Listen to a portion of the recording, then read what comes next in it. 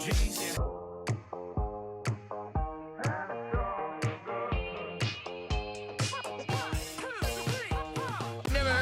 the fuck? It's like croutons in a soup. Don't turn down any opportunity, whether it's a camp, a clinic, because you never know literally who's watching. Make your own decision and stick with them and know they're the right decisions, right? And even if they aren't right, don't regret them. He didn't know creatine existed. So you got some creatine? He's like, oh, yeah. Lift heavyweight. Shipped across the border. I shipped across the border. Shipped across the border, man. Welcome back to Shipped Across the Border.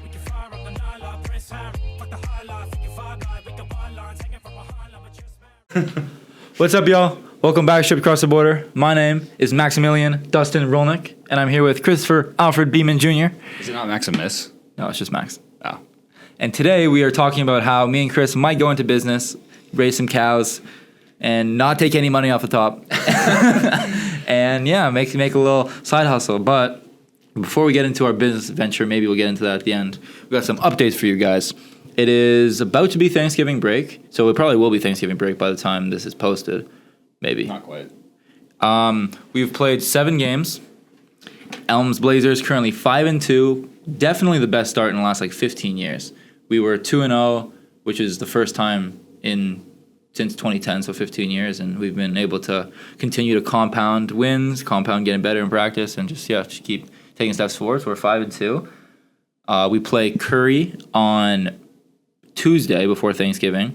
They beat us on game winners my first year here and last year, so we're definitely looking to get our get back.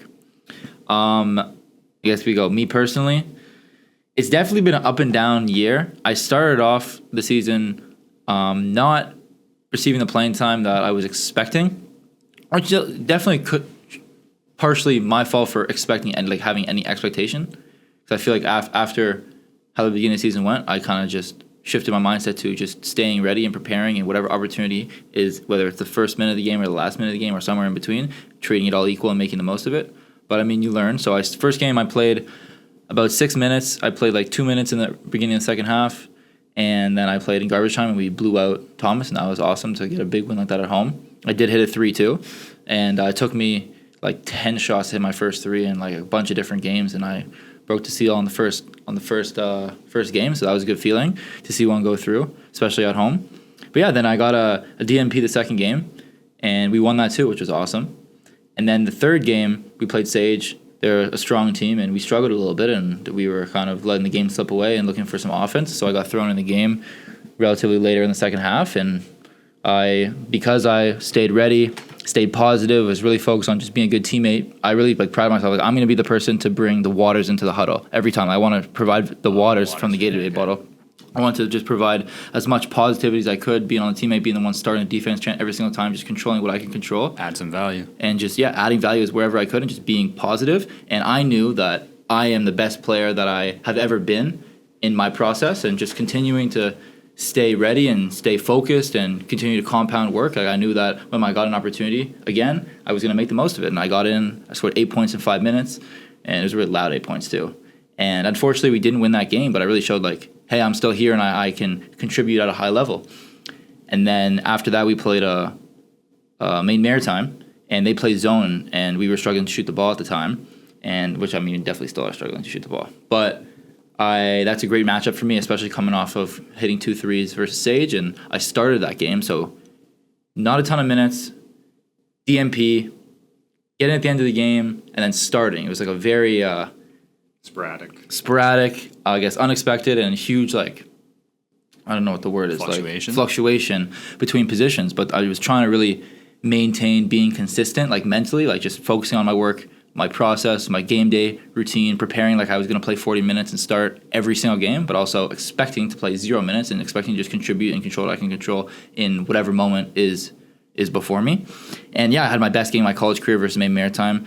Was 3 for 5 from 3, couple boards, couple assists, and we won that game to go to the finals of the Amherst tournament, legendary team in a legendary gym, and my parents were there too, and that was probably I don't want to say the peak of my college basketball career because I don't think it's happened yet, but one of the things I'm going to remember for the rest of my life, to have that moment with my family there. We have a tradition where we give the player of the game our Elms belt, like the Elms Men's Basketball Wrestling Championship belt, and I was awarded the belt, and the whole team lifted me up in the air and was cheering, and it was like probably that day was one of the, like, I'm gonna remember that for the rest of my life. And yeah, just to go from not playing a ton, DMP, kind of like sporadic minutes, to then starting, contributing, playing the most minutes I played, I was really proud of my ability to be resilient. And then now we're here. I didn't start versus Amherst, but I've been starting the last couple games. We picked up 2 more dubs, and I've been shooting the ball really well, definitely north of 40. I'm really making it a conscious effort to like not check my percentages and not like really be fixated over that, and just focus on making shots to contribute to the team putting points on the scoreboard, and just kind of be better than I was last year, make more shots than I did last year. Not really worry about the logistics and the percentages, but I definitely know for a fact it's north of 40%, which is a sign of an elite shooter. I know too, because Chubb checked it last night when we were on the phone. Yeah, so I know it's north of 40%, and I've been shooting the ball well, and I'm really confident. I'm confident where my game's at. I'm confident in the process and the work that I've been putting in, and my pursuit of excellence over success, and just really trying to make the most of what I can do as a basketball player, and kind of just really comparing with myself last year. Like when I was talking to my dad, he was saying, this is after the Amherst game, so I played a decent amount of the Amherst game, but it was more towards the end of the game when it was out of hand. Mm-hmm. And he was saying, like, just regardless of the opportunities that are coming and going, or where you fall or whatever, like looking at this point from now versus last year, we were 3-2 versus being 0-5 last year. I made like 1 or 2 threes at this point last year, and I was shooting like 10%, versus now at that point I was shooting like 75% from 3, and I've made like almost over half of the threes that I would have made for the rest of the season up in the first like 4 games of the season. So just really being able to, like, obviously not satisfied, but being able to recognize that progress, and also just like is really a testament to feel like my resilience and persistence and just commitment to excellence in the process. Just being a wang half. Exactly. I wonder if I to cut that. But just out here trying to shut up Danny Harry, man. That's all we really want to do. Yeah, I mean, we want to shut up Danny Harry. He said I'd be a senior coming off the bench, and listen, I was a senior. He came off the bench, all right. I was a senior not coming off the bench at one moment, and now I'm not coming off the bench. I mean, he's not going back on the bench. You know what I'm saying? Yeah. So I've been starting. We've made some lineup adjustments as a team does when you go through the course of the season. You see who's meshing well together, what lineups and balance. We're a team where, like you were saying yesterday, we're really deep. But I think what makes us really unique is we have such a variety of skill sets. We have guys who are better at shooting. We have guys who are better in the mid range. We have guys who are good at finishing the basket. We have guys who, like Adam, who's going to give 6 points and 5 rebounds, and you're going to just tip one in through traffic every single game and get to the line. I have no idea how it keeps happening, but it's Adam. We have guys who have so many different skill sets that, I mean, it takes a time to figure that out, and a good coach should be able to put everyone in the right spots and right lines in order to succeed. And so we've been doing a really good job of that as of late in this season. Obviously, we still have ways to go. But yeah, so coach put me in the starting lineup to add a little bit more floor spacing for our 3 of RJ, DJ, Goff, like our 3-headed snake right now, who are really good at mainly getting downhill and in the mid-range. So to add a little bit of spacing would help that too. Put JB in there for some defensive, rim protection, athleticism as well, a little bit more height too, and adding JC, Adam to the second unit to really help with composure, a little more physicality too, to help some of the younger guys who are in that second unit, really help them just be a leader on the court. And it's been paying dividends. We've been 2-0. And so I have no idea we're playing on Tuesday. I don't know if I'm starting. I don't know what opportunity will become, but I'm also going to prepare like I'm going to start and play 40 minutes and expect to not play at all like I do in every game. And that way, all I can do is control what I can control and be focused on the present moment. Cliche boy over here. Yeah, I mean, at the end of the day, like, a lot of it is cliche. Like, it's a lot of, like, sayings. Like, when we actually talk about this a lot, like, you can say all the cliches, all the quotes on the wall. Like, losing teams have quotes on the wall. Who's we? We as in the team. We can say all these different quotes. And coach says, like, every losing teams have quotes on the wall.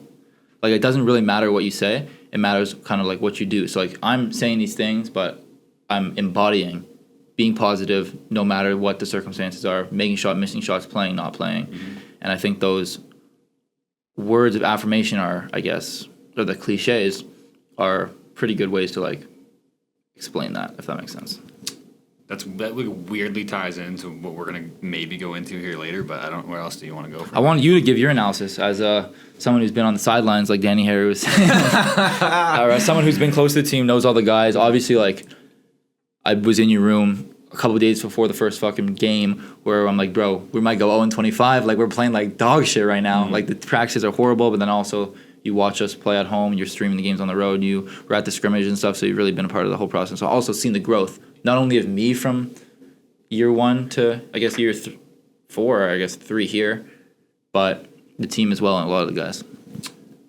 I'll start with you because I think it's been the most apparent, drastically big change in actions. A sloppy word, but I'm gonna throw it out there and just use that. The difference between year 1 max and year 4 max right now, like, and it's so obvious from the first shot that you shot at Holyoke. Did you get one off at Holyoke? I got 6. I was like 0 for like 6 at Holyoke. Okay, when was your first make?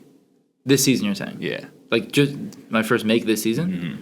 I hit one versus stick in the second half. Okay, that makes sense. The difference between just everything in your body language to your posture to the tentativeness of the shot, all of that is black and white compared to like Madai or first year here. First year here. It's not like I knew as soon as it came off your fingertips that it was about to drill. Like it didn't even look like the same person was shooting the jump shot, and that only comes, I think, from watching enough basketball to know what a confident basketball player looks like versus a tentative one. But it's not even this. You can just tell everything that you're doing on the court. If you're moving with purpose, you're shooting with intention, like all of it. It's just, but you're embodying it, which is the difference. Because you were saying these things. I was also exactly. I was saying these like, yeah, there's these cliches, and yeah, they are cliche if it's just a quote on the wall and you don't act it. But I'm living that as a part of my process. That's why I feel like I'm like those things are helping me, help guide me. If that makes sense. But it took going through hell to get to that point, because you can say all of these things, but then if you go on the court and you go 0 for 7 and you come back to the room and you're bitching, it's like you're not embodying the things that you're talking about. I went 0 for 6 versus Holyoke, and yeah, I was fucking pissed, and I was like, what the fuck? But I wasn't like doubting my ability to shoot the basketball. I wasn't doubting am I doing the right things, and I definitely wasn't doubting like am I the person that I am, and am I acting in the right way as a teammate, as a leader. Mm-hmm. And so I think just if you can maintain those storms, and you know what I'm saying, just keep the umbrella with a smile, like eventually it's gonna fucking not to get too abstract, but I think that comes from psychologically. It comes from a place where the weaker the organism, the less they can sustain chaos, risk, and failure. Because if you're a weak organism and you put yourself in situations where it's high risk and there's potentially a lot of damage that could become to your being, let's say, you can't do that many times without dying. Yeah. So you won't put yourself in positions to have that happen. So when you, let's say, go 0 for 6, it's no longer a jab at your internal value structure and your literal self-worth. Yeah, it's completely separated from that, because you now have all of this evidence to back up the fact that, no, I am a shooter and I can do this and I'm a capable basketball player, and it's no longer just a jab at your self-worth. It is definitely that.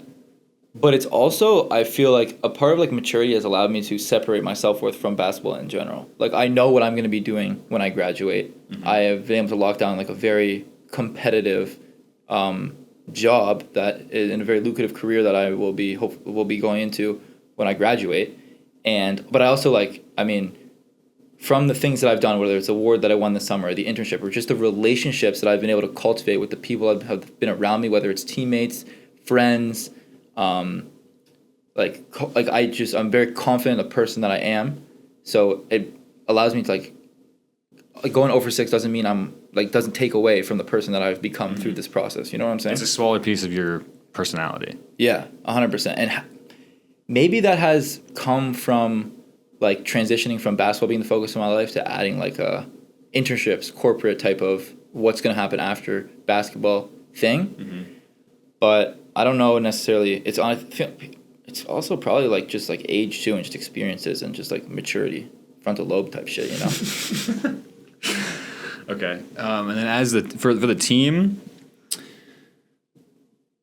it's kind of the same thing, but it's like... I actually got one more thing before we talk about that. I think a big piece of it, too, is like recognizing that my support system will love me unconditionally, no matter if I am 7 for 7 or 0 for 7. I think it's a big thing. Like when I'm doing my pregame journaling and I talk about gratitude, talk about perspective. My percentages do not define me. My percentages No, not even that. I just talk about like for something I'm so grateful for is like my family. Like my parents were going to come down here regardless. When they decided they were going to come down here, like, they didn't know that I was going to start versus Maine Maritime because I didn't tell them, because I wanted that to be a surprise for them, even though I knew earlier in that day. But, like, they knew they were going to come down before the Thomas game. Thomas game, didn't play much. Leslie game, DMP. before the Sage game, like even before I kind of had a breakout moment, like they knew they were going to come and support me, and they knew at that point in time I might have not played at all, but they were still going to come. My girlfriend's still going to watch the games whether I play or I don't play, like she has for my entire career. You know what I'm saying? My friends, like we're still going to talk shit and have the podcast that's going to be going regardless if I'm playing or not playing. Same with my friends. I'm still going to play Fortnite with them, joke around, laugh. Like nobody likes me because I am good at basketball or I'm good at making shots from 3-point. Like nobody. Like, I mean, maybe on a surface level, like, some people would, like, give me, like, for example, now walking, maybe someone that wouldn't say hi to me before watch me hit a 3 in the game at home, and they would maybe say hi or something like that. But, like, the people that I care about don't care about that at all. And that's taken a ton of time for me to be able to realize, and I think that's also been a game changer for my mental. You know what I'm saying? I wanted to just say that. Shout out my support system. Big shout out to my support system. Okay. And then the team. We're firing. You guys are just rolling right now. And I'm trying to delineate that from the other Elms teams that I've seen. And the fact that you have not just three weapons, but you have this tool belt of people who one coach just seems to believe in as a whole. Like he's willing to put every single person on the floor and give them meaningful minutes and give them a chance to contribute regardless of what has happened in the past. Like he just sees I think this is a complete guess, hypothesis. I can't be inside Coach Fish's head, but my assumption is that he sort of operates like a business manager where he sees problem and he just looks at the people he has and goes, how can I fix it? Yeah. And he doesn't go like, this person was rude, whatever. None of that matters to him. He just seems to look at, can this person fix this problem and will they represent the program well? That's it. That's all that goes through his head. Well, I think he's also done a good job of recruiting people that do like he doesn't have to like nobody's rude to him. We have a very good team culture environment of growth and respect. He's cultivated good tools. Yeah, so he's cultivated good tools. So yeah, when he looks down, everyone's on the same slate. It's not like I like this guy more than this guy or this guy. Yeah. It's just who is best at addressing he's completely this impartial. He's just looking at who can solve the problem that's currently going on in the course. We're getting pressed and we're turning the ball over. Who can I look at right now that I can use to solve that problem? Yeah, and I think that having everyone on the same slate is a telltale sign of a good culture. And listen, we don't have the best culture yet. Like I'm not saying that we don't have a good culture, but it's too fresh, it's too new. We're still building the foundation, right? And so that's going to continue to grow. But I think that in the spot that we're at now is night and day from where we were last year. I'm also not innately inside the organism enough to know whether or not certain people are doing certain things or whatever. But I can say that from an outside perspective, it just looks like you guys know your shit. Inside and out. No? I wouldn't know if... I definitely could say... If you don't, you're doing a really good job of pretending because, like, I mean, yeah, there's going to be mistakes, but for a team that's this early in the season... I would say we know our stuff, and we practice it, and we get extra reps going early before practice, especially with new concepts or when guys are coming off injury and haven't done stuff for switching positions. We all help them out, and like, for example, when JB was going to the 5, we made sure we had guys in the gym so he could rep that out. When Adam missed practice, make sure, and we put in a new play, make sure we have 5 guys to help them rep them out. And we know what we're doing. I just say, okay, good teams know what they're doing. Great teams execute every single action. And we're really working towards now is like, you come off this action, you make sure the screen is set here at this time. It's timing, it's space, it's physicality of like hitting the people on the screens, making sure that's at the right time in the right spot, and timing of the ball handler, syncing up with the guy cutting, and all these different things. And we're not there yet. Hopefully we continue to grow and get better, and whether it's games, practices, extra reps, where we can get to that point as the season goes on. I would say we know it, but like every single person, you can tell every single play they'd be able to draw it on a board. But like sometimes, for example, me, like I watch the film back and I'm not walking my guy in before coming off of a pick, or I'm not setting a screen with my back facing towards where I want my guy to get open. And like these are the details that like a Trinity or like a high level program, Division 3 or higher divisions are doing consistently, and we need to continue to do that in order to really reach our potential. I think I just had like a really good analogy. I was listening to Alex Ramosi. This is just random, came up on my Instagram page. He was talking about what he does to train salespeople when they come into his company. And he says what he gets them to do is he has them read the script from top to bottom, and then he'll tell them how he wants them to say it and everything. And then he'll just have them say it over and over and over and over again. And each time they get through it all the way down to the bottom, he'll black out a word. and you do it until there's no more words on the page. And you'll realize that as you get to the end of this process, you're just saying the script and you can no longer see the words on the page. And you said this is necessary because you get to a point as a salesperson where if you're thinking about the script as you're talking to the person, you don't know it well enough, because sales is so much a give and take where it's like, I'm talking. Okay, what did they say to this? And you're maneuvering through the sales process. As a team, if you want to be really good, you have to know the plays to the point where it's so second nature that you're looking for reads. Like you don't have to think about these things anymore. So it's just like you need to go through it top to bottom, black out every single word, and you can go to it without even thinking about it. Yeah, like if someone's overplayed, you just go back to where other guy fills through and comes off a handoff or something like that. And we don't have that level of, I don't know, maybe it's chemistry, maybe it's thinking while everything is kind of helter-skelter of a basketball game. Holy word choice. You've been hanging out with Wash Kevitz too much. He loves that word. When everything is like, it's a clusterfuck on the court at all times. Like it's so much stimuli, everything's going back and forth. Yeah. The emotion's high, emotion's low. There's so much movement, and being able to like think and react as if it's second nature is something that we're definitely working on. And we're doing things in practice, whether it's playing 3-on-3 small-sided games or stopping stuff, making sure like we're really focusing on perfection in practice too. I think one of the reasons why like The drill or the concept? the concept. I think one of the reasons too why we are maybe even surprised like ourselves of how strong we started off the season was because like in practice we're focusing on being perfect, setting perfect screens, and a lot of things like not right, do it again, or they just group didn't go right, that group off, new group on, and we're really focusing on being as perfect as we possibly can, because at the end of like perfect practice it leads to results. It's not just practice leads to results. If you're shooting the ball with two hands, like you're never gonna shoot the ball well, right? So that's LaMelo. Yeah, I mean, he's never mind. Maybe a bad analogy, but yeah.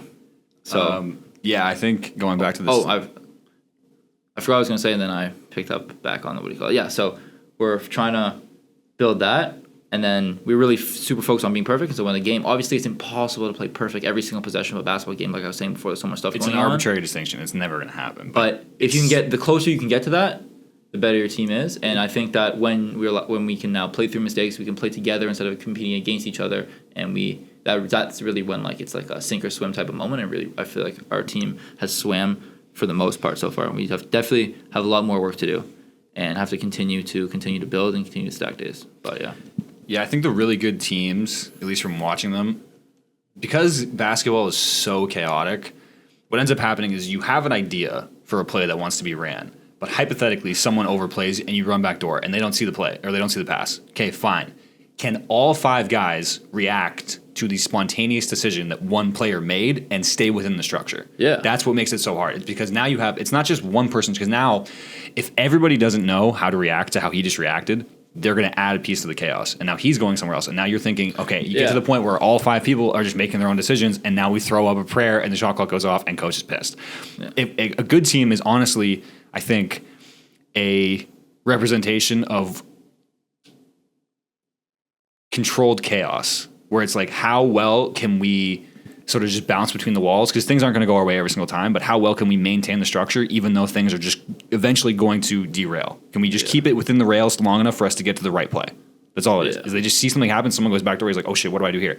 But they're reacting because they know the plays so well. They're not thinking about it consciously, obviously. We're also like, we don't have the biggest team. We definitely have more height and athleticism than we have in years past, but we're like one of the best teams rebounding in the country, averaging like over 47 rebounds a game, I think. Mm-hmm. Like we're just, regardless of what happens, regardless if we execute the play, don't execute the play, read off the one guy breaking it off or not, we're chasing on offensive rebounds for the most part. We're collecting rebounds on defensive glass for the most part, not giving them second chance opportunities. And like you win the rebound battle, like you got a good chance to be competitive in that game. And so that's really been a big thing for our team as well. If you get 50 shots and they get 30, you don't have to shoot that much better to win the game. Yeah, exactly. But yeah, so like you said, we know the plays. Guys know them. We are developing on being able to do like read off of what's going on and be able to read the script when more and more words are blacked off. Other than that, who have you been impressed with so far? Give some shout outs. I mean, Goff's killing it. That's obvious. He's and this is the thing, I'll say this over and over and over again. Same shot selection as last year, they're just falling now. It's clearly just been reps. He takes in my opinion, he takes more mid ranges, but same level of difficulty when it comes to the shots, same dribble moves, everything. It's just he's just making them now, and you can't really do much about it. He was making them for a decent clip last year. He averaged like 14 a game. Yeah, but that's not 24, 22. I don't know what he's at now. He had a rough day yesterday. Yeah, but I mean, we were still able to pull it out without him. He's noticeably. Not without him. He had 10 rebounds, and without him because he like kind of got hurt at the end, and so we were able to close it out with him on the sideline. He noticeably more effective on offense because he's making more shots. And I think he's more aggressive too on putting pressure on the rim. Definitely that. And actually, something I saw a little bit, just a spurt of it. I don't know how. I'd have to watch the film last year and this year to see this if it's for sure. But I saw him come off of a screen and they were pressing, and then he threw it down the middle, split the D, and then got to the middle, and he missed it. But like it was a great yesterday. Read. It was a great read, like a perfect read coming out of point guard. Like point guard reads that I don't see very many people try because splitting the defense is so hard, and it takes such a perfectly timed reaction to do it. And he did it. I'm assuming instinctually. So I'm assuming he's been working on that stuff pretty heavily in the offseason, and it's showing. I think he's also like. I mean, he's incredibly like a skilled player, and I think he did, like last year he relied on athleticism a lot, like a little bit more like raw. This year I think he's using a little bit more like. Intelligence? I mean, yeah, but more like skill as well, if that makes sense, in the quality of the baskets that he's scoring. And I think that's more sustainable because, like, you can be out-athletic, but, like, if you're sharpening your tools every day and you're going out, it's hard to stop somebody who's got such a refined game because they've been working on it. So there's him. I think RJ's been electric on defense. I mean, he's going to break the blocks record this year. He's got, sure. He had like 4 blocks yesterday. Yeah, and he looks. Yeah, we had such a defensive lap yesterday. We were actually just watching it in film, and he just erased this guy's shot off. The shit out of him. You know exactly what I'm talking about. Erased it. That's what led to my. Came out of nowhere. I think that's what led to the 3 that I hit. He has such an underrated. Like people could say a lot about Rodney's skill set and whatever, but he is such an underrated, naturally gifted defender because one, he's just athletic as shit, but also his instincts for knowing when things are going to happen, helping like the Draymond shit where like he just sees someone cutting, he's like, oh, I'm just going to jump here and block the shit out. It just happens way too often, and that's just something I guess he's been gifted with. 'Cause I don't know how else you can really work on that. It's just a pure instinctual thing. Yeah, he's definitely impressed me this year, defensively especially. I think Dan's came out of his shell crazy this year offensively. He had a move yesterday where he crossover into the veer, and that was tough. Yeah, I mean, again, I'm assuming this is all just reps in the offseason that clearly are just starting to show on the court. But yeah, he's definitely came out of his shell. JC's been shooting the shit out of the ball, just as of recently, especially. Yeah. He's also defensively just super solid. Like you can always rely on him for that. And who else? I mean, early season Sam, I was really excited to see, and then he got injured. Yeah, we have some adversity. Like we have some guys who are anticipated to be heavily relied upon, whether it's for physicality, obviously Drew's shooting ability, Jack composure, like missing some guys. So we have it's good to have that next man up type of mentality. And I mean, I'm not gonna. I mean, I guess this podcast will go out. Oh, if it goes out Monday, then it'll be before the game. So I'm not gonna say it, but guys got to keep stepping up. Okay. And I'm missing somebody. Oh, I mean, DJ. Oh, yeah. Just been absolutely hooping. Like, the kid just makes tough shots. He does. I was talking to him, and I'm like, dude, I'm so proud of you, bro. Imagine telling yourself last year when you're at Springfield, not playing a ton, working hard, whatever, that you're going to be averaging double digits on playing 30 minutes a game on a winning team. He's like, I would not have believed you. I'm like, dude, like that's a beautiful thing. You know what I'm saying? We were talking about transferring, and we were talking with Jamie on the podcast, and like how it can be a sign of like you're kind of running from the grind, how you're not taking accountability for your own circumstances. As one end of the spectrum, and the other end of the spectrum, there are guys who just didn't get a fair opportunity or are super capable and just looking for that one type of just moment to be able to capitalize on and just run with it. And he's definitely in that box of guys who just needed an opportunity because, dude, he's like Euro step. One-legged jump, bro. He yesterday 80% of his shot selection. I'm like, why did you take that? I don't question any of them. It just keeps going in. It keeps going in, so I can't. I'm super confident in a lot of the guys in any shot that they take. To be honest with you, also I know like he's in the gym a ton. Goff's in the gym a ton, right? And so now he came off the ball screen and bumped a guy, step back, bank in the mid range in the clutch. It was like a 2 point. That was on the right side. Yeah, I remember that. Like that was a close ass game too. Like, and listen, not one moment I was like, it was like I'm confident in those shots because I know he reps those out. I know he reps those out, and I mean, there's a big ass stack of evidence right now that's his bag. So yeah, I mean, also the freshmen too are stepping up crazy. Like JB's starting. Yeah, and he's so athletic. He can get away with so much stuff as a freshman, but like also he does know where he's supposed to be on defense, and he can guard. And offensively, he makes some shots that I don't think any other center on the team is actually capable of making, just purely from an athletic perspective. Like if I hit Adam on the cut and there's 2 guys cutting, like JB can just he's gonna pump fake and get to the line. Exactly, but JB can literally just elevate over them and make it. So it's just levels to that. And Jamie, I think, has stepped up pretty big too as a point guard because defensively he's super solid. I know he's working probably pretty heavily on trying not to turn the ball over as much, which is just a sign of being a freshman point guard. Like that's just going to happen. But yeah, I mean, the fact that you can even play most of your freshmen in the starting beginning of the season because guys just get injured. And I forgot about Ray too. Yeah, Ray's been impressive as well. Yeah. It's just it's a sign that you have selected a very good group of guys in the offseason and you can rely on them to do things that most freshmen are not capable of doing. I think the biggest thing is we got a good group of guys. Like, we've all hung out multiple times, shoot the shit. On the bus back, JC brought a speaker and a microphone. We're doing karaoke, and, like, guys are just vibing. Mm-hmm. And we got a good group of guys. Like, we got a really good group of guys. And guys who want to learn. Obviously, like, we have our flaws. We have bad moments. Like, all guys, human beings. A lot of guys are inexperienced in the grand scheme of things. But overall, like, I don't question anybody's commitment and like growth, and yeah, so it's a good position to be in where you got guys who are united, who like you look in 1 through 16 like we're all friends off the court, and so that's really important. That's all I got for the season. We can get into Nietzsche. Nietzsche Frederick. All right, I mean, dude, this is probably. What are we about to do? Tell the audience what we're about to do. Cause I don't really know. I've just been reading a lot about Nietzsche. You're on page 6 now? No, I'm on page 50, but like you got to keep in mind some concepts have just kind of been lost in the wind. You can never really. It's probably gonna take me like 7 read-throughs to really get to the core of what he's talking about. But there's just some ideas that keep popping up, and I think I just want to talk about them on the podcast and see what happens. This could get very in the weeds like it did last time. And can we at least relate it to basketball at all, or what's I think going a lot on? of this stuff we could tie back to as you were saying stuff. Start something that relates to. I'm just going to start with. I have to lay the groundwork before we get into stuff that relates to basketball. Okay. Do you think you have free will? I think it's a combination of madness. I can explain. Combination. I can explain to you my thoughts on like free will versus like God's plan or whatever.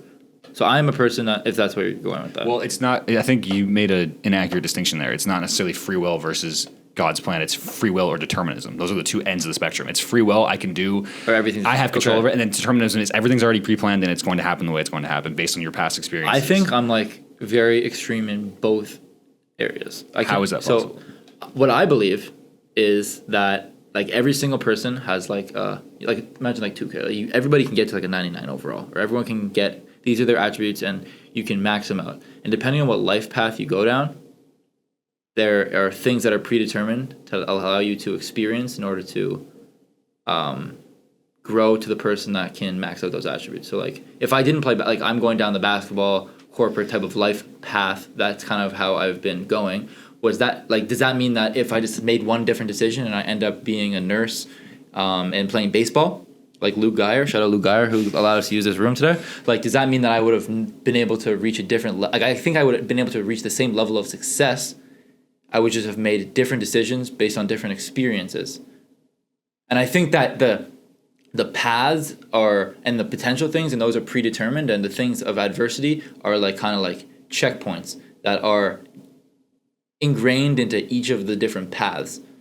And so I believe that I have free will to choose how I react to the experiences and but what happens to me as I go down those paths are predetermined. So are you saying that you were determined, no matter what happened, you were going to be successful in some area, but depending on what happens to you in your life, it was going to be baseball, nursing, basketball, business, something else. But the constant is that you were going to be successful because of your base traits. No. The constant is that was available to me. The reason why I feel like I'm going to be successful is because of the free will that I have to make those decisions. Like I think that obviously I believe in one God. I believe that He is like all powerful and that like powerful beyond comprehension. I'm not saying obviously because people don't believe in that, but I believe in that. Sure. And I believe that there are so many different things that could possibly happen that I make a decision with free will, and what happens after that decision is predetermined. And then I experience. And then experiencing... So it's limitless until you make a decision, but once you make a decision, it sets off a chain reaction that forces you down a certain path. Nothing is forced. It's just these are paths that are available. And based on the decisions you make from free will are the paths that you go down naturally. It's like, like snakes and ladders? Sure. It's kind of like snakes and ladders. Like you free will, whatever, you roll a dice. I guess that's free... Your choice was rolling the dice. But after you roll the dice and it says 6, you have to move 6 squares. You don't have a choice there. Yes. So my choice is I have choice. I choose to do this. hypothetically, like I could choose like not to go to practice and I would get kicked off the team and my life would be completely different, which is not going to happen because of the person that I've become, of commitment, of discipline. I can't. Okay, yeah, keep going. But so I think that there's free will. Like I can maneuver freely in my environment and make choices. And once I make a choice, that now sets a chain reaction to other events that happen that are predetermined based off of what choice I made. And now I make another choice based off of those experiences. And now another, and I believe that this is infinite because I believe that God is all-powering and all-knowing and, like I said, like powerful beyond comprehension. Like I can't comprehend physically the infinite amount, the infinity or like trillions of billions and infinity amount of possibilities that there could be based off of decisions that I make down the road. Does that make sense? Sort of. You're kind of leaning towards soft determinism, but what I'm going to explain, so determinism views life like this. You are purely the result of the events, trauma, genetics, environment, For the people before you? stimulus, no, that you have gone through in your life. So if I put you, determinism works like this. Let's say hypothetically I could take you and bring you back to the beginning of your life and put you through the identical scenarios, same environment, same parents, same genetics, same everything. You would end up in the exact same spot every single time because you are not the one consciously making these choices. What's actually consciously making these choices is your underlying physiology and past experiences, which are shaping the direction that you take your life. If that makes sense. I would say like I 60-40, like I 60% agree with that.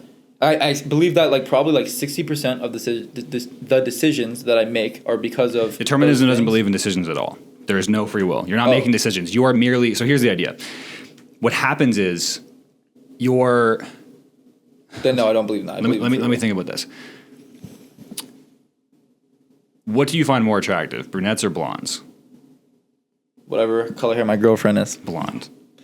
She's like kind of a mix of both. What's your least favorite food? Fucking cottage cheese. What's something that really frustrates you when people do it? When I say something, they don't process it, and then I have to like repeat myself off something really very like stupid. Like you know what I'm saying? Like I have to repeat myself off of something that I just said. None of those were conscious choices. You don't choose to hate cottage cheese. Your natural reaction is to not like cottage cheese. And so That's not true, I feel like. you don't choose to not like cottage cheese. You can't wake up. guess. Okay, look at this. You can't wake up tomorrow and decide to like cottage cheese. Okay, but I wasn't born not liking cottage cheese. If you fed me cottage cheese as a baby, I you probably would have liked it. molded. You are molded by the environments. Yeah, the past, I agree the with trauma, that. I just and the told you I experiences. 60% agree with that. Yes. But I also have free will. I can eat cottage cheese if I want to eat cottage cheese. Okay, you could eat, but you can't choose to like it. Okay. There are many choices that you cannot decide to make because your brain. So you think you have infinite choices, right? Like hypothetically, you could wait. Let's run this thought experiment. Hypothetically, you could get up right now and smash this computer on the floor. Yes. Yes. Okay, do it. I don't want to Why? because I have to buy another one. So as your It's hot as fucking here. Dude. 78 is holy. you can't change. We've done this over. You can't change it. We've done this before. I don't want to hold that. Okay. You won't do it. Why? Because your brain has to imagine the world as having infinite possibilities. Otherwise, it would freeze and you wouldn't be able to move. Okay. So you have infinite possibilities within your mind, but we don't actually care about what goes on in your mind. That could be anything. But the real world actions that you take are constrained heavily by your likes, dislikes, social approval, all of these things. Okay. And so there are these things that are acting upon you before you ever make a conscious choice. Okay, I agree with that. That's why I said 60% of my belief is that things are predetermined, and I don't know if it's predetermined like by a higher power, or predetermined by how I've lived up until this point in time. But I agree that 60% of everything is predetermined, and there's 40% of free will of how I would break it down. So here's essentially what it's sort of a blend of Nietzsche and like modern psychology would say, is that when you go to make a decision, hypothetically, I'm going to use, let's say the choice to either become a salesman or to become a full content creator and pursue that path.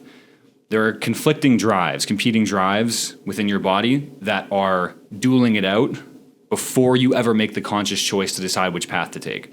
So you have the drive to be creatively expressive, to have your own autonomy, to whatever the drives are for content creation, and then you have the drive for security, the drive for competence as a salesman. The drive against that would also be like the drive to be embarrassed, the drive to not want to be rejected, all of these things. These drives are all competing in the underlying physiology of your body. And then what happens is one or many of them win, and then a conclusion arises from your psyche. It comes out of your unconscious, and then you pluck that and say, I chose that. But what actually happened is your underlying drives just had a battle, a couple of them won, and they presented you with a choice. And then your brain narrates after the fact that you chose that thing, but you didn't actually choose anything.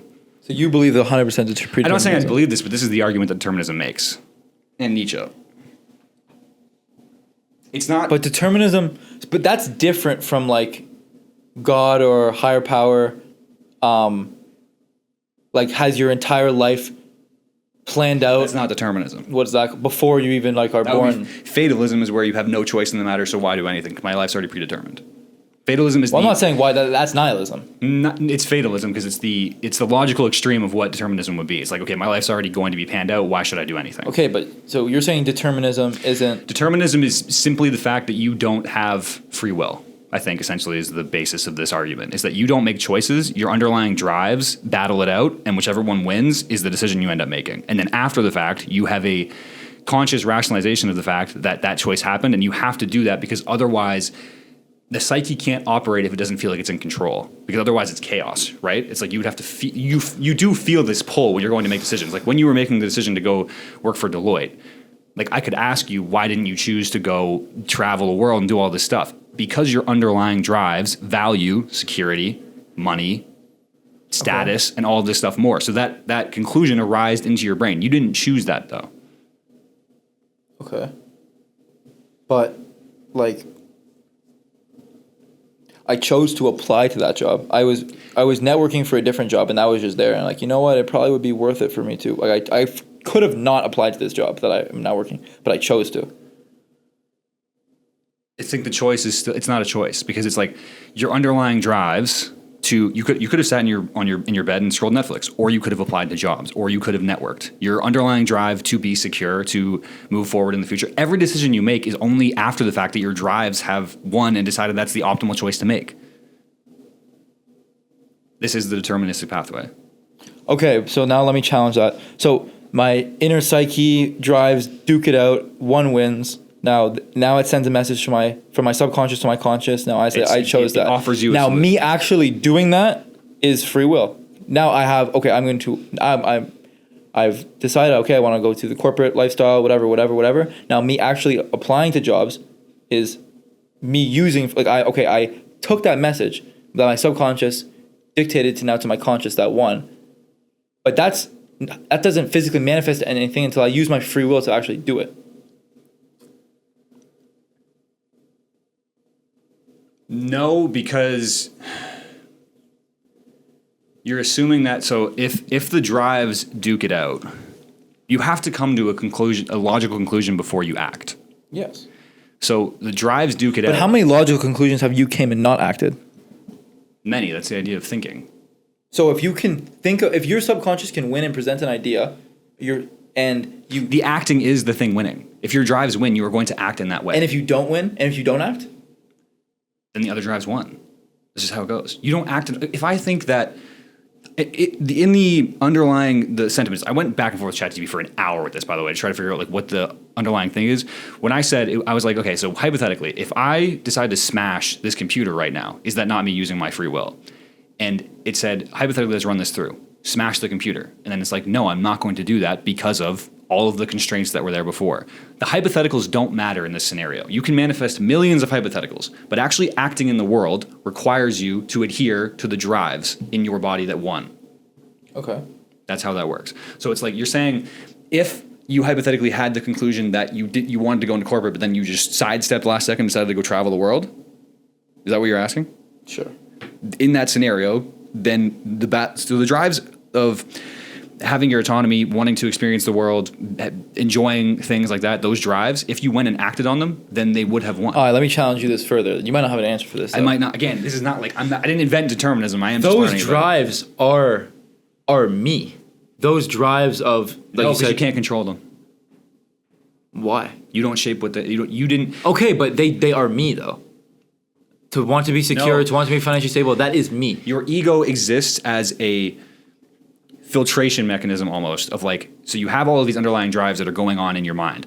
And without your ego as a narrative character to be controlled by these drives, they would just be chaotic. You wouldn't be able to act in the world because it would be like a dog doesn't have conscious self. Okay. So it just, when it's hungry, it just goes and eats. When it's horny, it just goes and thing. Like all these things happen, right? Okay. But because this is where I'm going to get lost in like the biology and the history and the But why anthropology is that of it. not me? Why are all those drives made up together? Again, because you duking don't it have out? control over them. When you say your conscious self has control of these things, it's like But I don't have control over anything. Then I don't have control over everything. So That's then determinism. then I'm not me. Then I don't exist, and I obviously exist. So what do you mean? I'm not a bot. Like I know. Technically, technically, you're a puppet to your drives. but the drives are me. That is No. me. But that is me. Because if that's not me, then nothing You are is a me. result of your drives. But if my drives aren't me, then nothing is me. I don't exist. this was gonna get into the weeds. I don't exist. But I don't. If I can't. If those emotions, drives, experiences, whatever that my subconscious uses to make decisions, if I can't characterize all of those as me, then I don't exist. And I can tell you right now that I exist. And so at least some part of that has to do with me. Okay, so you're saying that the self exists, therefore what? I need definitions. Therefore, the decisions that the subconscious makes is using free will. No. Okay, this might make sense now. The self, technically, from a physiological standpoint, is an afterthought. So actions happen, and this actually is true in neurology. Okay. Your brain narrates things after they've happened. So, like, let's say hypothetically you're walking, and a snake-like object is in the grass. Mm-hmm. You jump, or your nervous system makes your legs and body and everything And then jump. you say that's a snake. And no. And then after the fact, your brain goes, I jumped. You didn't know that it was a snake. You didn't decide to jump. None of that. That your body reacted faster than your brain could possibly do. Because if it was your brain reacting, it would be like, is that a snake? Yes, that's a snake.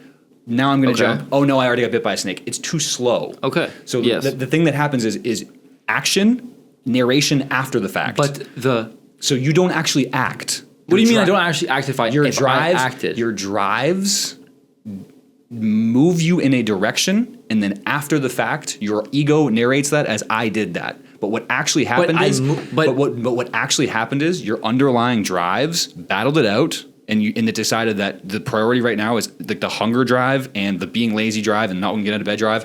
Whatever one won then dictates your action. And then after the fact, you pull the choice out of your unconscious mind and you go, oh, that's the choice that I came up with, but it was just served to you on a platter by your underlying drives. But my the accumulation of my underlying drives is me. I'm saying that you are the result of your drives. Is that what you're saying? yes, and I'm saying that The life that you have is the result of your drives. Yes, but that's not free But will. I'm saying that the free will is the drives that I have from the experiences I've had, duking it out and making a decision that I interpret as or I claim as mine. That is free will.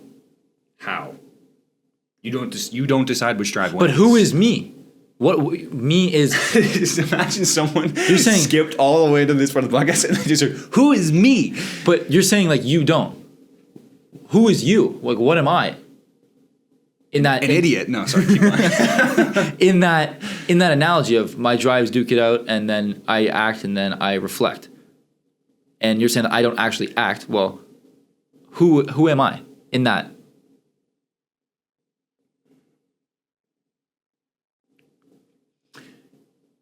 You are the one. You're the witnesser. You're the one watching the actions play out. Okay. And If I use this analogy of a boat, I had ChatGPT on this. I didn't like this analogy, but I'll try and use it anyway. In a free will world, you are a captain at the helm, and the winds are happening and stuff, and you're steering the ship, and you're moving in a certain direction. Mm-hmm. Determinism: waves hit the boat, things are happening. We end up in a certain spot, and in order to keep the crew from panicking, the captain goes, "I did this. I decided that we had to get here," and the crew stays, and everyone calms down, and we keep things. But he didn't have any say in what was happening. His hands were off the wheel. There's a captain, but he didn't control what happened. He just got hit by the waves, and things happened, and we ended up over here. And back to where we started, I am kind of in the 50% or 60% agree with the boat kind of moves and whatever, and I 40% agree with the captain has a. This is actually, you might agree with Nietzsche. You might agree with Nietzsche. Where the boat goes. Because Nietzsche rejects hard determinism. And why he does that is because he says you can't change the drives. You can't choose your own values. They just emerge based on your life experiences, what happened to you. But what you can do is sort of act as a scientist and put yourself in positions where new drives have to emerge. And the ones that you want to win will win. So hypothetically, I asked ChatGPT as well. Complete, absolute random person. Okay. Jesus Christ. I told you about Sunday's a random spawn. Anyways. So let's say that I had this argument with ChatGPT.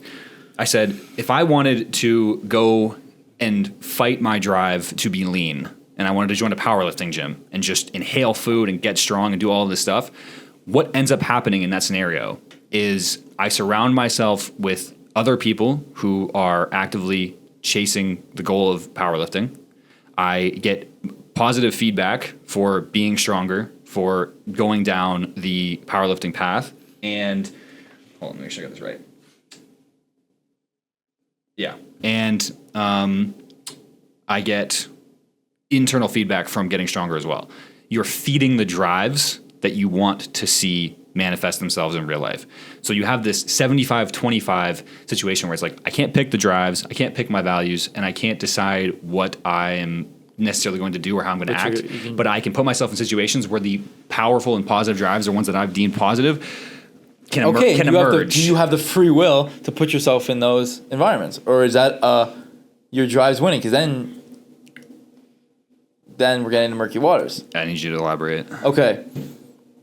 Are you saying who is putting them in the environment? Yeah. The underlying drive to become a fulfilled person.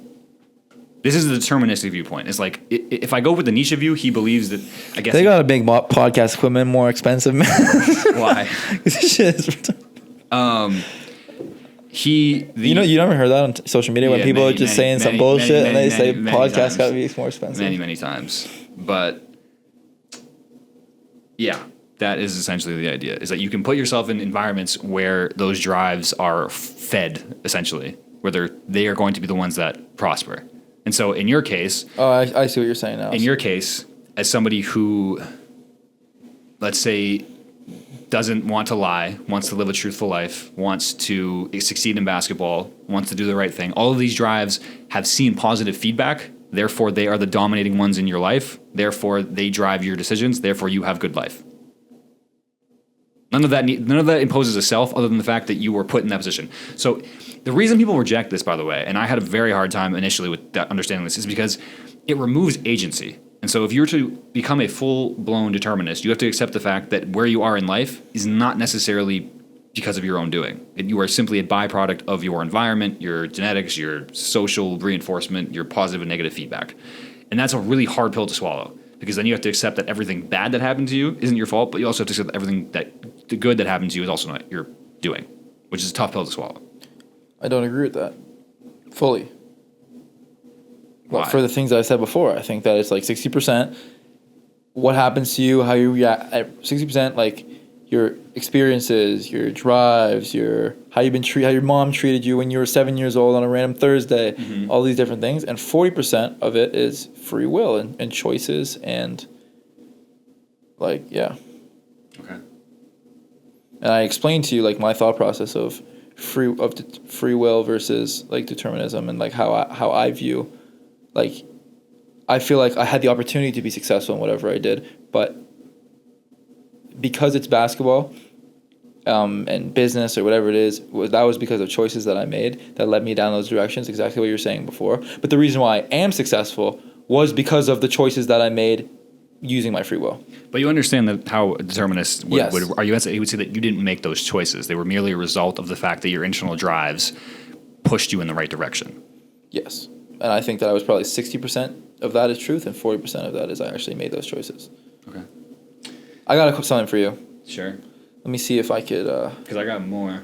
Okay, wait, you start, because I kind of lost what I was going to say. So, this is also going to get maybe weedy, but the reason I had to lay the groundwork for that is because some of the things he said, Nietzsche said in It's a big ass foundation. the following parts of it was that since these drives are the main thing that dictate your life, I guess is the way to word that, the path to fulfillment is through. He had this idea of the Übermensch, which is it translates directly from German to English into the Overman or the Superman.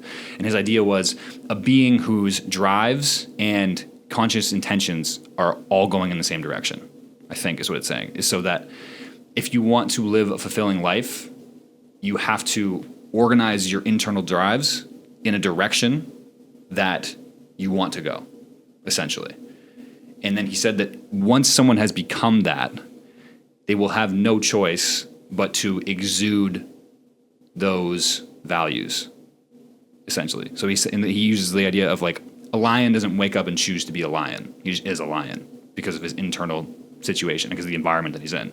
An artist doesn't choose the urge to paint. It just compels him and he goes and he paints. A thinker doesn't choose insights. They just come out of him. And so, where am I going with this? The pathway is to put yourself in situations where you're forcing those drives to come out and forcing the ones that you want to win to win. Okay. Does that make sense? I mean, like, kind of, but I don't really know what to respond to that. Well, you had something before, no? I kind of forgot what I was going to say while I was responding to the last thing. I'm not going to lie to you, like. I don't really know, bro. My head's kind of hurting. I just don't think I can wrap my head around, like, not having free will. Oh, it's tough. Like, I don't. Okay. This is what I was going to say before, but I was like, this was in the back of my mind while you were speaking.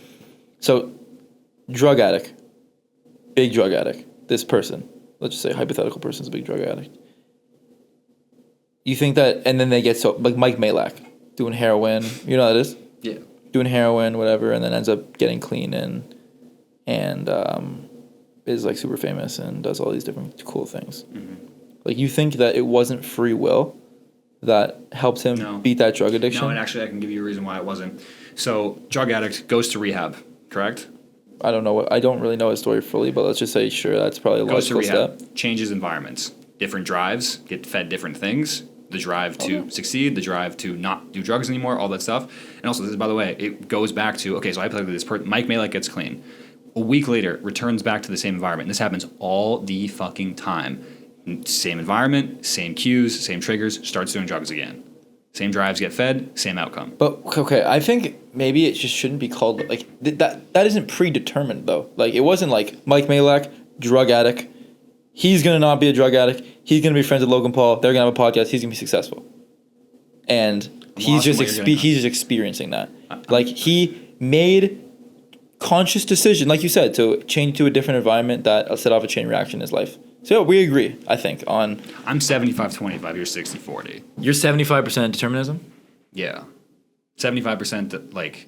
You like I said, you can. I'm agreeing. Maybe with Nietzsche. you could convince me. Maybe I'm agreeing with Nietzsche on the aspect of you can change environments, you can choose which drives to feed, but very much so is that you don't have control over which ones are dominant by will. Okay, but no, I believe that at some level, the accumulation of those drives is self, is you. We need better definitions. This is the problem because I'm not grasping that part of it.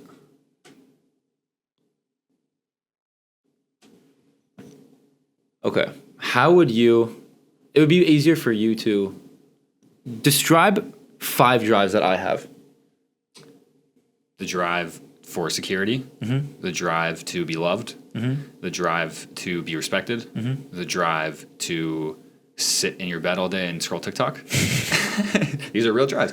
Okay. And the drive to no longer be hungry. 5 drives. Okay. Better question. Throw that one out the window. You just gave 5 human being drives, not necessarily specific to me. Sure. You want me to be more specific? Like, when you think of Max, when Chubbs is like Max or whatever, your friends from home, like, what drives come to your mind when you're thinking You're of saying me? this is getting more Not abstract, human not rooted, human but being abstract drives. Not drink, be loved by my mom, live in a roof over my head, water, food. Like what makes me security, respect, competence, the drive to be good at what you're doing. Okay. The drive to be intelligent. Okay. And the drive to connect with other people. Still very general things, but Your life is literally, But your do job is going to those- be connect with people. but do those 5 things not like make me? Sure. So at some level, the accumulation of those, of the drives that make me is self. Yes, but you didn't choose them. Okay. But So, it so when we is say self. when we say free will, right? I'm not denying that there's a self. That's, Okay. I think that should be stated here. I'm not denying that there's a self. There's obviously a self. I mean, Descartes did that with the whole like I think therefore I am. But the problem I think we're running into is you're. And this is also Okay, yeah, maybe you need to do a better definition of I definitely free do. will. I'm an idiot. What, What what is so? Like free will means what? If it's not, Do you want me to? I'll Google it, so we'll be very specific on our definitions. And I was going to do this before we even started because I thought it would be easier. what does free will mean? Definition of free will: the power of acting without constraint of necessity or fate. The ability to act on one's discretion, at one's own discretion. English. Read that again. The power of acting without constraint or necessity of fate. The ability to act at one's own discretion. Oh, then I actually don't know if that's the definition of it. Sure. Then I don't necessarily. Then I'm probably like 75-25? Yeah. But I thought free will You is, just is waste fucking 30 minutes talking about that. well because you didn't do a good job I of did. defining It's not- it. it's not a- like free. Every single action you make had, like you said, like technically you perceive infinite actions, but there is realistically finite actions that you can actually make because would because of the consequences and the constraints and all these things. Yes. Next topic. Oh, sure. Okay. So then Nietzsche goes on to talk about how We've been doing this for an hour. I know. Nietzsche goes on to talk about how higher types act out of necessity, not choice. So different beings produce different values. So a weak being is going to produce values of safety, equality, and humility. Strong beings are going to produce values of power, expansion, and risk. Resentful beings will produce values of guilt and punishment. Creative beings will produce values of growth, abundance, and affirmation. How do you feel? What was the last one? Creative beings will... I think that humility is not a weak trait. I think humility should be a trait of a strong person. Why? Because there's nothing more powerful than somebody who doesn't need your... I feel like it doesn't need anyone else's approval or... it doesn't need anyone... Like, if you're humility, like, you succeed in something. You do something great. And you don't need to flaunt that to everybody because you are so secure in who you are and everything that you receive recognition, and then that doesn't, like... You don't need to push that to other people. That's humility. See, this is where And that's super powerful. That's a super powerful thing Nietzsche would to wholeheartedly disagree with that, and I'll tell you why. Okay. Because he doesn't believe in choice, essentially. When he's saying that you have the choice to be humble. Someone is successful, they can choose to be confident about it, or arrogant, or they can choose to be humble. He's saying that a strong person, is going to exude that strength. And so there is no choice there. I disagree with that. Well, that's the term. That's his belief. If I know somebody that has multiple millions of dollars, let's just say, and they choose to drive a Honda Civic, when they have the capacity, like Warren Buffett has billions of dollars, he could have multiple Ferraris and whatever, but he chooses to drive a Toyota. Mm-hmm. That is humility. Why does that make him not powerful? He clearly is extremely powerful. I think the analogy might be a little bit off because humility and meekness sort of, I think, are kind of, because also it might not be the humility that his definition of humility is an 1880s definition, so it might not be directly applicable to the definition that we have now. Because like in his thing, he heavily attacks meekness. You know what that is? sheathing your sword when you have the That's a capacity to use it. That's a modern day interpretation of the word meek. His interpretation was much older than that, and I don't actually quite remember what it was, but it was something along the lines of choosing weakness when you could choose strength, and he rejects that entirely. Okay, but that's kind of being a pussy. Well, that was early Christianity. That's what they believed, and it's been modern Choosing to be weak. because they had no choice. Because early Christians were slaves, and so they had no The choice. Jews were slaves. They had no choice but You're calling Jews early Christians. Judeo-Christianity coming Okay. out of Israel. No, coming out of Egypt. Egypt. They didn't have a choice. And so their values that they had to produce into the world were ones of humility, ones of equality, and ones of safety. They didn't have a choice because if they believed in values of power, expansion, and risk, they would have died and been But I don't whipped to think- death. I don't think humility. Maybe the definition of humility is different because Sure. I think humility is a extremely powerful and person of strength has that trait. You can't be weak and humble. How are you weak and humble? You have nothing to. I guess it's kind of like a little bit like meekness as well. It's like you have no. Like, how can you have. Is that called meekness? How can you have meekness if you have no sword? You can't. So how can you be humble if you're weak and you have nothing? I think this might be directly applicable to what Nietzsche was saying. But it's Is only that they if had you have. they had no choice but to be humble. They can't be arrogant because everyone would be like, "What are you doing? You're an idiot. You can't be. You can't. What are you being arrogant about? I'm whipping Okay. the shit out of you." Okay, That- but somebody who is successful and powerful and still is humble is extremely powerful. Extremely powerful. I don't know. We're getting lost in the weeds again. That doesn't make sense? It does. Someone who is I just don't have anything to add to it right now. like someone who is extremely powerful, extremely wealthy, doesn't feel the need to drive an expensive car to demonstrate that wealth, live in a massive house to demonstrate that wealth, wear expensive clothes to demonstrate that wealth, shows physical humility. That is the most. I feel like that is the most powerful thing you can do. So okay, hold on. Maybe I can. Okay, I might be able to actually wrap my head around this. If someone gets $1 billion, they earn $1 billion, and they buy a Ferrari Yeah. and they drive it down the highway. Why is that worse than someone making $1 billion and driving a Honda Civic? It's not. Continue.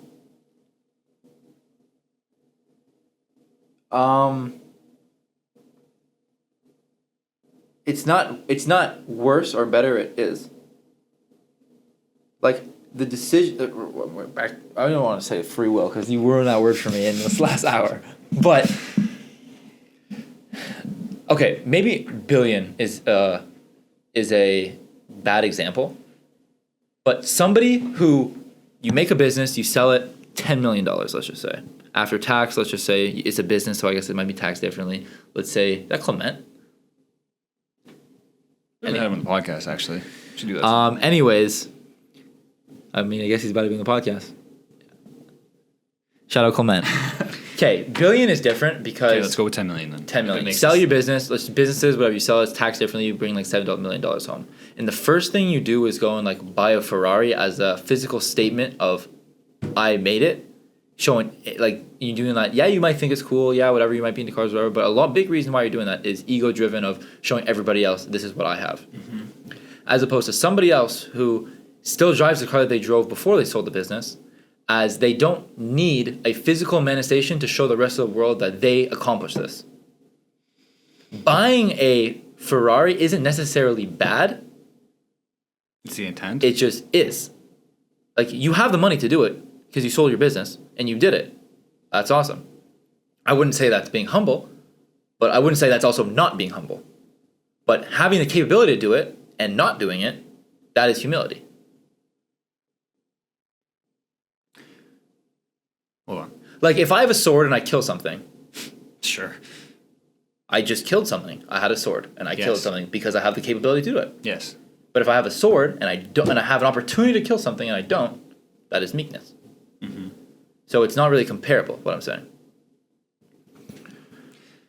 See, so this is sort of where where Nietzsche gets into the weeds of Christian values, because he says, from that sword analogy, and this also could parallel to the car analogy, a strong being, let's say hypothetically, a strong being kills a rabbit Okay. and then eats it. that in a early Christian's eyes could be viewed as wrong because he should have sheathed his sword and not killed the rabbit. But in Nietzsche's eyes, he had no choice but to exude his strength and kill the rabbit because he is a strong being. No, I definitely disagree And with so that. he's saying that the introduction of guilt and saying you could have done otherwise is a Christian invention that doesn't actually exist. Strong beings are strong, weak beings are weak, strong beings kill weak beings, and that is that. There's no good or bad, it just happens. No, I completely disagree with that. Why?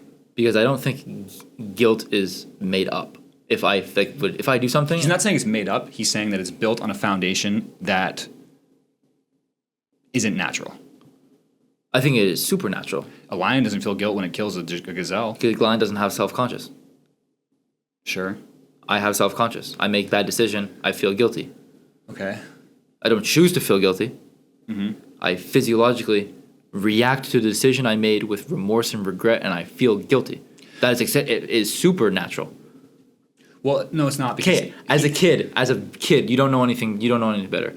You hit your mom by accident, or you step on your mom's toe, or you knock something over, and your mom is hurting, and you're bawling your eyes out. Why? You're not hurt. You feel guilty because you hurt someone you care about, and you wish you could take back those decisions. You feel remorse. You feel regret. That is a natural version of guilt. So here's the thing. This is what Nietzsche says about guilt. He says that guilt was essentially a side effect of civilized society. It didn't exist for a very, very long period of time, but it was forced into existence by the extremely aggressive, bloody, and painful punishments that society would deal out to people who stepped out of line. And so guilt and conscience doesn't actually exist until you have a metric shitload of punishment, because then I'm forced to remember that I shouldn't do this because I will get whipped, or I will get stabbed, or I will have to do X, Y, and Z. And so it's actually not a natural creation. It just spawns out of the fact that there's been a lot of... But I feel like almost everything is like that. Like, what is natural? The only thing that's natural then is hungry, thirsty, and horny. And everything else that you feel came from hungry, horny, thirsty, safety. Mm-hmm. Nothing else is natural, I guess, if you're saying it like that. Stretching my Nietzsche barrier right now. Technically, nothing else is natural because everything else has came from, like, fulfillment. Like, that's not natural at all. Purpose, that's not natural at all. Because you think a lion feels emotionally fulfilled after killing a gazelle. No, it fucking is hungry and it kills a gazelle. And it's content. But is it content? Does it have the capability of being... It sleeps for the next 16 hours. It's pretty content. But you're applying the human version of, sleeping really good for a long time, that means content. I didn't say good. I said content. But is content not... I feel content's a made-up human thing, to be satisfied with the position you're currently in. I don't think that's a made-up thing. I think if you... Being content? If you measured... Let's say you measured brain activity in a lion before and after it killed, it would go down a lot because it's no longer worried about where its next meal is going to come from. It eats it, it sleeps for 16 hours, and it goes... Okay, so maybe content is another one of those natural things. But there are a lot of things that we just talked about on this podcast that are civilized, man-made drives. See, in order to make this argument coherent, I would have to be able to quote a lot of Nietzschean things right now that I don't think I can pull on. But he does reject the idea of guilt. I mean, if he rejects the idea of guilt, by that logic, he must reject the idea of many, many, many other emotional feelings.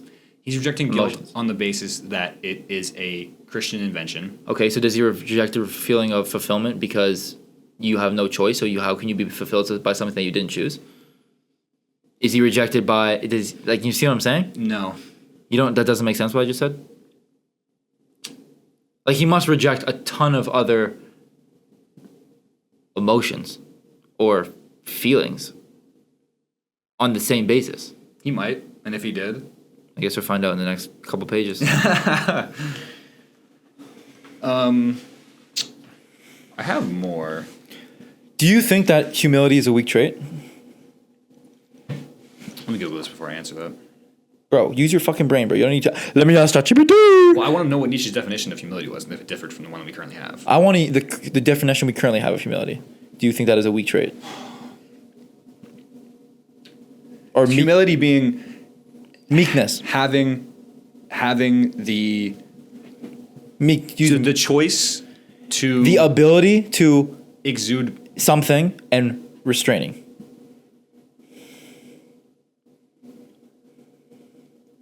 I think it depends on your reasoning for doing so.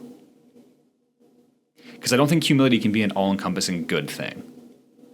I agree. It just is. No. No, sorry. I take that back. I was referring to something else. Continue. I think because it can be misconstrued if I'm being humble for the sake of knowing that me being humble will get me Respect. applause from the crowd. Okay. I think that's tainted. Okay. So when you say, But that's you're asking me, is humility good? Not always. okay. Well, nothing is an absolute either, I guess, if by that logic, like nothing is an absolute. How can you like of course there are times where somebody would I have the opportunity to sheath my sword. I'm going to because I want them to know that it comes from the same place as buying a Ferrari so they know that you're rich. That comes from the same place. Okay. That doesn't really have to do with the physical the basis of humility itself. I might just reject the idea altogether. Holy honestly. shit. Speaking of I've never seen him move. That's crazy. No, I think I would reject the idea of good. So And bad. did she, man. I think in order to apply my Nietzschean logic here, I have to reject the idea of good and bad in this generally. I think I have to reject the idea that humility is good or bad, and I actually think I have to go back to humility just is. And weak beings exude humility, and strong beings. weak beings don't exude humility because they have no sword to sheath. So they have no choice but to be humble. No, being humble means you have being humble means you have the capabilities of Having or showing a modest estimate of one's value or importance. so you have to have value and importance in order to show a modest Having a modest estimate of one's value or importance, meaning how you feel about yourself and how you portray yourself. but you have to have value and importance in order to Be capable of being humble. Yes, Gotta ask Nietzsche, bro. How do you have to have a sword to sheath in order to sheath your sword. For Nietzsche, humility is not a genuine virtue, but a tool for the weak and powerless to gain power through deception, a strategy to subvert the strong and noble. He saw it as a form of slave morality that denies life, suppresses the pursuit of individual greatness, and is ultimately based on a lie that one should not strive to fulfill their potential. Do you disagree with anything that Nietzsche says? Yes, many things. Okay. But this is one of them where, like, also, you're asking me to essentially argue through Nietzsche. I guess, yeah. Because, like, the whole basis of the I just don't statement understand how somebody who doesn't have a sword can sheath a sword. That doesn't make sense. You have no money. Of course you don't have a Ferrari. Because I think you're misconstruing the definition of humble. You just read the definition of humble. Yes, and it was an estimation of one's own value. That is not what it does not say one of one's own. Yeah, but it's having or showing a modest estimate of one's value. Having or showing a modest estimate of one's value. So I have value, I have status, and you're valuing yourself. Having an estimate of your own value or showing your own value of not arrogant or self-important. I can be humble without being famous. I can be humble without being a billionaire. It's just not so having what's the definition now of humble? That's what this is on Google right now, coming from Oxford Dictionary. Read it whatever again. that shit's called. Having or showing a modest estimate of one's value or importance, not arrogant or self-important. So I disagree with. I think the word showing should be underlined. I feel like that's crucial to being humble. I think it's the same thing. Can you be arrogant without wealth? I don't think humility and arrogance are like polar ends of the spectrum. How?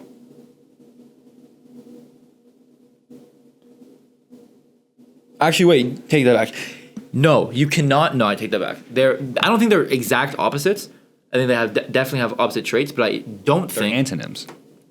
Is that true? Is that like a? What's the definition of arrogance? Arrogant definition. Having or showing an exaggerated sense of one's importance or ability, leading to an overly proud, conceited, and sometimes a rude attitude toward others. They are antonyms. And I'm telling you that I think your definition is wrong. Yeah, I actually agree with taking a step back.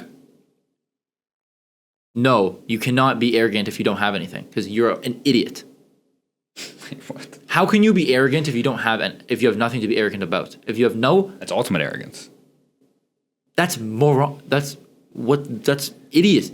Being stupid. That's stupidity. Yes, but you're not. It can be stupid, it can be moronic, whatever, but is it arrogance? No, I don't think it's arrogant because I think it's stupidity. Having or showing an exaggerated sense of one's own importance. I can have that right now. Okay, so maybe I'm thinking of a different word for arrogance then. The opposite of arrogance is humility. The opposite of humility is arrogance. But in both scenarios, it is simply how you carry yourself in the world. If I carry myself, I think I'm thinking of a different word. If I carry myself, because think about it like this: if I carry myself, what's the word for having something and showing it off? It's not arrogance. Flaunting.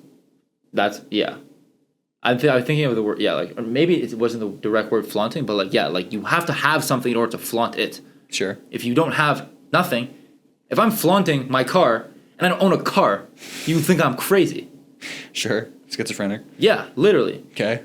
So that's what, I guess maybe, that's what I was referring to. I guess flaunting is an attribute of arrogance, but it isn't the absolute of arrogance. Okay, anyways, to surmise the core of this, I'm going to then again reject the idea of humility based on what Nietzsche said and based on that definition. The act of undervaluing. So you think Warren Buffett is a weak person? If he's being humble, he's exuding weak desires and weak drives and weak traits. So you think like Andrew Tate, like that's how you should act with that much money? How you should act is a very slippery slope, but the question should be, is he exuding strong values? Is he a strong being? And that, I'm pretty sure I can answer yes. Okay. Question for you. Okay. Do you deem yourself a strong being? I also went over this with ChatGPT, and the situation I find myself in right now is that I am what Nietzsche would categorize as the raw material for somebody who is capable of being a strong being, but is conflicted. My internal drives are essentially conflicted, which is why I can't choose anything. Which is why I had this internal struggle. Of You can't choose anything. It's the internal struggle of, do I go into sales? Do I go into content creation? Do I go into travel? It's because my drives are still battling. They're still duking it out. If I was a strong and, I'm going to say coherent, even though I'd be using that word, coherent being, everything would be aligned, and I would have no problem choosing the direction to go. Okay. So that's the situation. I was gonna say, if I was expecting you to say, yeah, I'm a strong being, and I would have said, well, you had lived for 3 years without sheets on your bed with financial ability to buy them, and you chose to not. Does that make you That wasn't weak? out of humility. That was. I wasn't saying. I was talking about weakness. Like you. I mean, does that make you have the capability? I mean, maybe it is humility. I guess part of the definition stupidity. It wasn't humility. It was stupidity. It was stupidity and laziness that contributed to that. It was the drive. It was the drive. I have a question. If humility and arrogance are antonyms, what's flaunting's antonym? Like having. Antonym of flaunt. Hide. So if having something and showing it off, and having nothing and hiding, I guess. Okay. Or modesty, actually. That's what you're looking for. Modesty. No. I think modesty, you can have and be modest, and that is humble. Being humble. You can be modest with. Yes. You can't be. You can be modest with. You can't flaunt without. You can be modest with. That's the definition of modest. Dude, I should be a philosopher, bro. Me and Freddie Nietzsche. Modest is unassuming or moderate in the estimation of one's own abilities or achievements. It's the same fucking thing. Yeah, I don't know. That's where we're at right now. All right, bro. You Time don't- to go to cows. You don't want any more? Nah, I don't want it anymore. Save them for next time. We just fucking spew bullshit on this podcast. Yeah, we could have just done 2 separate episodes. We could have, but then that first one would have been like 30 minutes long. You want to just separate into 2 separate episodes just to have an extra piece of I content? think this is just who we are at this point. We're half Nietzsche, half basketball, half philosophy. I feel like you're just like 90% whatever person you're reading at that moment. Not 90%, but a large portion, whether it's fucking... I feel like I would be an idiot, though, not to let that bleed into the podcast. This is a direct opportunity for me to take the ideas that I'm learning and trying to articulate them, and then also having someone push back on them. So, like, I'd be kind of an idiot not to use that opportunity. Listen, I'm here for it, bro. So what did we conclude today? That humility is not a virtue. What's it? WANHGF? Wang half. So we concluded that humility is not a virtue. We concluded... Did we conclude that? Or did you... Well, I concluded it, but you didn't get to provide any significant evidence to the contrary. I feel like I provided hella significant evidence to the contrary. I feel like I shut it down. Or Nietzsche shut it down. Okay. We discovered that Max is 75-25 determinist. Okay. And we discovered that free will doesn't really exist. No, we didn't. You definitely... I don't know. It's an illusion created by the ancient Greeks to allow for stories and punishment and guilt and evil versus good and law. That's what it is. I disagree with... I think humility is a trait. I think guilt is also a trait. And I Guilt think is a trait? Sure, fuck it, whatever. Do you think... So, before we... What does Nietzsche say that you disagree with? Because I haven't heard you disagree with anything. And in order to... Okay.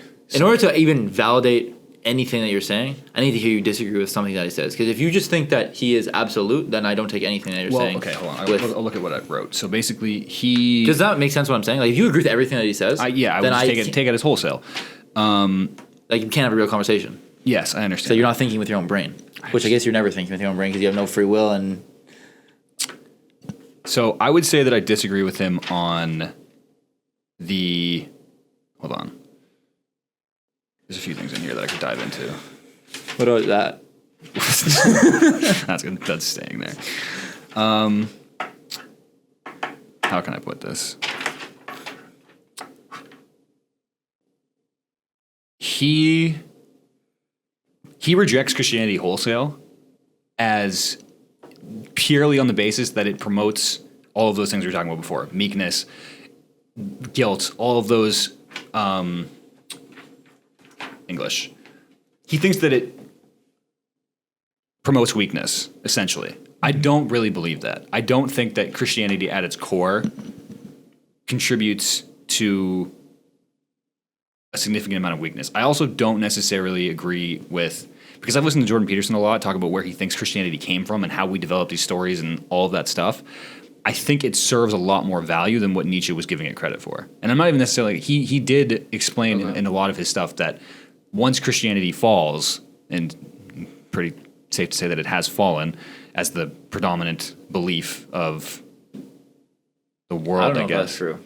Well, science essentially undermines it That's as what you're referring to. the core truth of the world.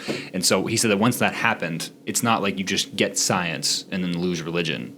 The things that come with that are an increase in nihilism, this huge meaningful structure that gave purpose to everybody's life falls, and so you see a rise in meaninglessness and purposelessness. And he did give credit to that kind of thing, but I would disagree with him on the fact that I think Christianity has a lot more value than he gave it credit for. Does that make sense? Christianity or religion in general? Like monotheistic religion? Religion in general, but also like specifically Christianity. Okay. I mean, I don't know much about Christianity, so I'm just going to take it as Monotheism? Yeah. Okay. I feel like that is a pretty all-encompassing version of 2025 religion for the most part, no? Monotheistic religions? Yeah. I'm unaware of any polytheistic religions other than ancient Greece. That's Hinduism? Hinduism believes in multiple gods? Yeah. Buddhism? I'm sure. I know those both for a fact. Okay. Shout out art history class, Minecraft class. Okay. But yeah, I mean, I feel like those are not as... I mean, I don't really know, actually. I guess Hinduism is probably a pretty large religion in the pie chart of world religion, because like that comes from India, right? And Indian people is like 40% of the world now, or something like that. No, maybe not 40%, but like 2 billion, I think. So 25%. So I guess I don't know, man. I don't really know much. No, I don't either. I'm just out here, bro. That's the point of doing this, bro. I'm just out here, bro. Is that the end of the road? We can talk about cows, bro. I'm hype. My brain definitely needs some more nutrients after that. I can tell you that much. I'm very excited. I'm probably gonna get mushroom caps with the shrimp and crab in it. You like mushrooms? Yeah. I did not take you to some. I like mushrooms in small doses. Small doses. Same. I like mushrooms in small doses. I don't think you got that. I do. Mine aren't particularly I'll for the edible nature, but it is what it is. I'll probably take the soup, whatever they got. Hopefully it's decent. When I went with Alex a couple weeks ago, it was like this like butternut squash soup, and it actually was kind of valid. Probably get the pasta rigatoni bolognese. I'm going with the steak. I made that mistake too many times. I'm getting a steak, and that's final. You always make that mistake. Every time. And I'll probably get the apple pie with vanilla ice cream. I'm going apple pie, no vanilla ice cream, because I can't afford that, and it's gonna hurt everything. Can you pay for me, and I'll send you Canadian e-transfer? I'm actually broke. It's Well, over. you would not be broke because I over. would be paying you. It's over. I'm never gonna. You would actually lose no money. In the words of that dude from that Tiger show, I'm never gonna financially recover from this. Because I then have to take out cash. Why do you take out cash? Pay So with card. I don't have an American physical card, like credit card. So I just have a debit card, Okay. and I have $2.56 in that account Just right go into now. overdraft. If I could not do that, I would choose to not do that. Okay. Yeah. Sure. I guess this is gonna be painful, but It'd be like $60 total, and then I'll send you 30. So you lose no money. It's just a net. I'm It aware. just is. I'm aware, man. I'm aware. You get a drink? Like alcoholic? Nah. I'm probably not either. I'm definitely not actually. My sleep has been. You nuked my sleep. I can't get it back. Oh, from the bro, my sleep has been unbelievable. I'm still in the green. I've been in the green for 9 days, Bro, check my thing. but I can't get to bed on time. It's just not happening right now. I have not at all really been focused on that. But Sophie, like Coach Sophie, the strength and conditioning coach, she recommended me when we were talking about like falling asleep fast or whatever, to like make sure that when I do my reading, it's not like phone, read, phone, bed. It's phone, read, bed. Yeah. Like make sure that even if it's like I read for 5-10 minutes, the last thing that touches my eyes is the book and not my phone. I feel like I've been doing that, and I've been in the green a lot more. You're at 95% recovery. Yeah. Right now? Yeah, you're OD. And 93 yesterday. I've been in the green for like a week. I had back-to-back days. I went 93, 97. What's the highest you can get? 99? Yeah. You can't get 100 on anything. You can't get 21 strain. You can't get 100 recovery. Why is 21 the strain? I don't know. Maybe it's 21.9 or something, but I know you can't get the round number. It's impossible. I've seen people on the Canadian community, 50,000 steps, lifting, all that stuff, and it maxes out at 21.9, I think. You think you die if you get 22? Like that's overexertion? You just die? It doesn't register on the thing. It's not, it will never happen. All right, well, thank you guys for listening. Another episode. Another episode down. If you guys got anything to say, if you guys think humility is A virtue? Is a virtue, or is it a sign of weakness? or if you have free will, or if you have Elms men's basketball thoughts, leave them down below. Unless you're Danny Harry, keep them. Keep them coming, bro. Actually, honestly. keep them coming. I've been missing them, bro. We've been shutting them up. We've been shutting up Danny Harry. So yeah, shout out Jasper too. We haven't forgot about you. And yeah, follow us on Instagram, shipped across SATB_pod. TikTok, we got TikTok back up and running. Shipped across. We got the TikTok back up and running. Shipped across the border. Like, comment, subscribe, send to your grandma, and we'll see you guys next week.